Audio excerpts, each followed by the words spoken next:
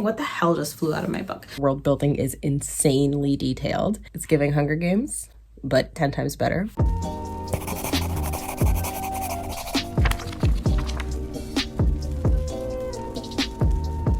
Hello, cuties. Very messy Jessie, just got back from hot yoga. It was amazing. Is here to introduce this Black Girl Magic reading blog, and the book that is going to be centered in this video is none other than The Final Strife by Sara El Arifi, excuse me. And this is one of my most anticipated releases. Highly anticipated release. It comes out on June 21st, and let me tell you what this book is about. So The Final Strife is following 3 women. You have Anor. She's living in the palace and she's a disappointment to her mom, and all she wants to do is please her mother.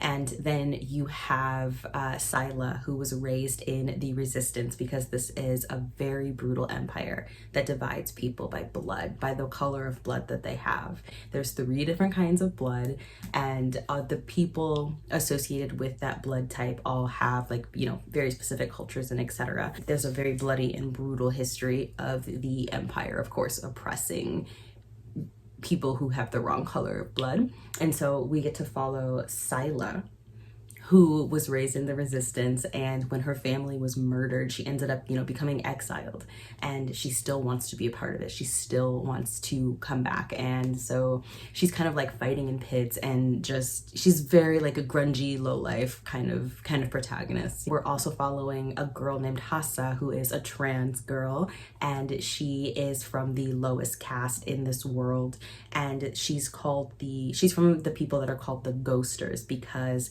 they are just invisible to society. Like, the ghosters had this uprising years and years ago, right? Many years ago, they tried to uprise against this evil empire, and sadly it did not go well for them. And as punishment, every ghosting that is born has their tongue removed, as well as their hands and feet. This empire is very brutal. Like, it's a heavy book. Obviously, they're like, this cannot continue. And so it's about these 3 girls coming together and trying to overthrow this empire. So that is the book we're going to be reading in this blog. Stay tuned to see whether one of my most highly anticipated releases is a disappointment.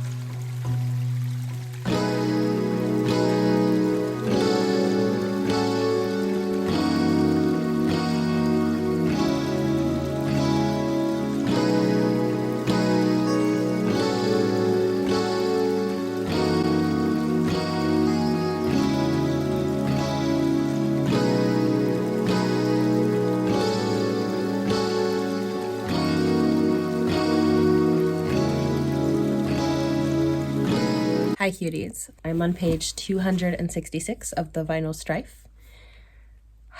It is really good. We are currently in a competition scene. The competition has finally begun and it's great. It's giving Hunger Games, but 10 times better. I love it. I love a good brutal survival mad dash to the finish kind of situation. And it's very good. The characters that we've been following separately are intertwining, or rather there are characters who have existed that are meeting for the first time and having to interact for the first time. That's something that I really enjoy. It's surprising how fast the read is, because I started this yesterday. I'm already on page 267. And I think a part of the reason that the reading goes fast, despite the fact that the world building is insanely detailed, just expanded on the blood work and have been talking about runes that are used to kind of alter the four main principles of blood work and allow for things like change of direction. And it's so complex and amazing. And the tools that they come up with to control blood work and manipulate it, like, it's just all very brilliant. Like, blood work is even used to create their armor, and the description of the character's armor is really cool and also connects to their personality. Anor's armor is painted bright green. We love a bright green moment. Has a helm of 2 gilded Cory birds in flight swept across her ears, while John's armor is a simple but lavish filigree of gold and silver. His helm was shaped like the open jaw of a desert fox, the canines on either side of his forehead, the ears pinned back at the top of his head. It was beautiful and deadly. It suited him. I just love everything. I love the costumes. I love the world building, all of that. Despite how dense the world building and character work is, the writing is pretty straightforward. Like, I don't know if I've said this already, but the writing is kind of, it's an adult book, but it reads on the younger side of adult. Like, it can easily be read as a young adult book. I believe it's adult. The characters are like early 20s in terms of writing style and readability, and sentence structure and all of that. And also just the maturity level of the characters. Like, the characters, especially Scylla, is very immature. Like, she's mature in terms of, she's got a lot of emotional growth to do. She can take care of herself. Let me rephrase. She can take care of herself, but she has a lot of emotional growth, and she's very petty and very childish and doesn't know when to keep her mouth closed. I am so excited to see how far I get into this right now. I am on screen with Jan and drinking wine because I'm in the middle of an allergy attack. And red wine, which is a central nervous system depressant, is like the only thing that helps me, aside from a Benadryl that will just knock me out. Red wine is the only thing that helps me through when I've been triggered. My allergies have been triggered. Jana's updating her vlog. I'm updating y'all. We're having a twinning moment. Jana's reading this really weird like self-help nonfiction book that's making me very uncomfortable. Watch her vlog. Y'all will understand why I'm uncomfortable as hell. Hi cuties. So I just finished filming my 60-70 book haul, and it took me so long to film. It took me so freaking long to film, but it was so much fun, like seeing the books that I have received from publishers and talking about them. And I'm just so excited. I'm gonna have to do a massive book organizing situation, but I'm looking forward to it. I wanted to pop on and give an update in the Final Strife, where I'm at so far, because I'm 50 pages away from the conclusion of this 600-page behemoth.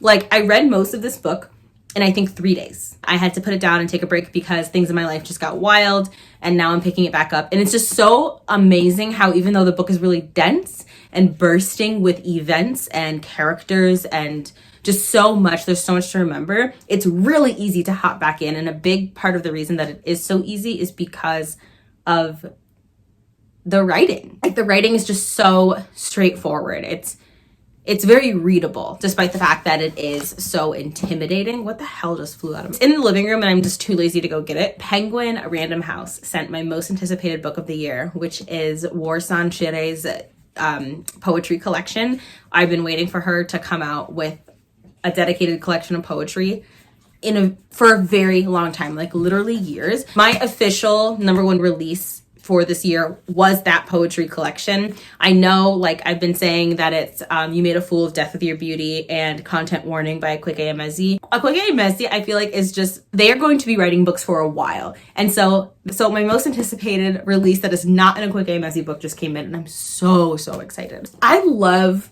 the way that all of these amazing characters and representation and all of that, I love how it's executed. Like, this book isn't just saying like, okay, here's a trans character, here's this, here's that, like here's very basic representation, and not really digging into the meat of those characters and integrating them into the world. I really appreciate the way that inclusion is handled. Hassa is a trans girl, and I initially, like, the only character I really cared about was Sila. And as the book goes on, I find myself wishing more and more that Hassa was the main character. Sila, Shiai, but Hassa, the more that her intricacies kind of like unveil and you find out her position in the book beyond what you knew of her in the beginning, so it's the more fascinated I become with her. Hassa is disabled. She is mute, had her hands amputated, and she and her people, the ghostings, communicate with very, very intricate sign language and body language. It's so freaking cool. And we're really getting into the part of the novel where uprising is getting planned, and so you know that shit is going to go down in the second novel. Like, I know the second novel is going to be bloody and gruesome. I love how the competition element was handled. I love how all of these tropes have come together. Like, you have the enemies to friends to lovers situation. I love the way that the blood magic is executed and the history behind the blood magic, just everything. I love that these characters have different colors of blood and the colors mean different things for them in society. Like, just how creative. The translucent blood, which is what, like, where the ghostings get their name. I think that's so cool. Like, blood that's clear. How sick is that? That's amazing. There's also been some pretty big revelations for characters and, you know, some bomb drops. That's been nice. Fasha just came in here and knocked over the tripod, and now she's trying to get a tennis ball out from under the radiator. Oh, did you get it? Good girl. Hi, can we not play fetch in here? Huh? We've got a whole house out there. Yep. Okay. Puppy wants to play. She always wants to play after eating. So I'll check in with you after I finish this beautiful, beautiful book and let you know what my final rating's gonna be. Akasha, please.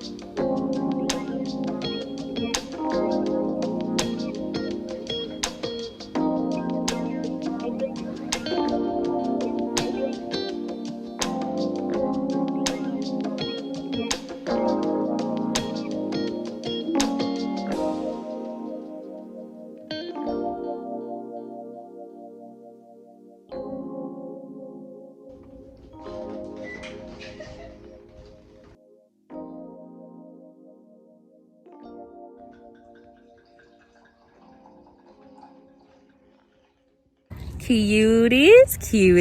I am about to roller skate for the first time in 2022. And dog's here. Very unhappy about being leashed to the bench.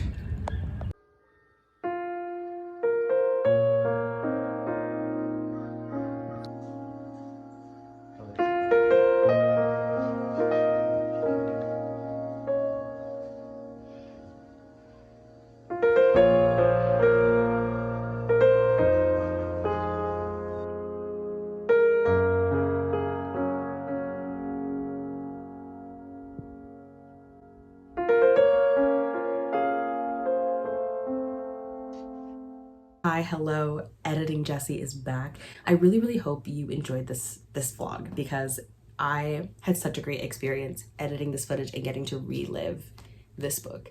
Please pre-order it. It is amazing. Content warnings, it is very brutal. It is very brutal, but I do highly recommend it. Like these quotes, I wish I could quote this book, but it's an arc and we're not allowed to quote arcs, but you just have to read it. So thank you for watching another Bow Ties and Books production. If you want to see more of my Black Girl Magic vlogs, I'll leave the playlist link down below of previous ones that I have done. And all my social media links are in the description box below. If you want more content from me, some exclusive content, I do have a Patreon where we do fun stuff. I am writing a book and my patrons, the top level of patrons, get to see writing excerpts and quotes and things like that. We do reading sprints, we have a book club, we do live shows, we have Netflix parties. We have a patron exclusive Discord, and then we get to patrons get to pick one dedicated video that's just for them every month, as well as early access to at least 3 videos in a month. And so it's just really fun. I do fun stuff. I love the Patreon. So if you are interested, the lowest tier is $3 if you want to join. That's gonna do it for this video. Stay safe, be good to others, be good to yourself, and I hope to see you in my next one.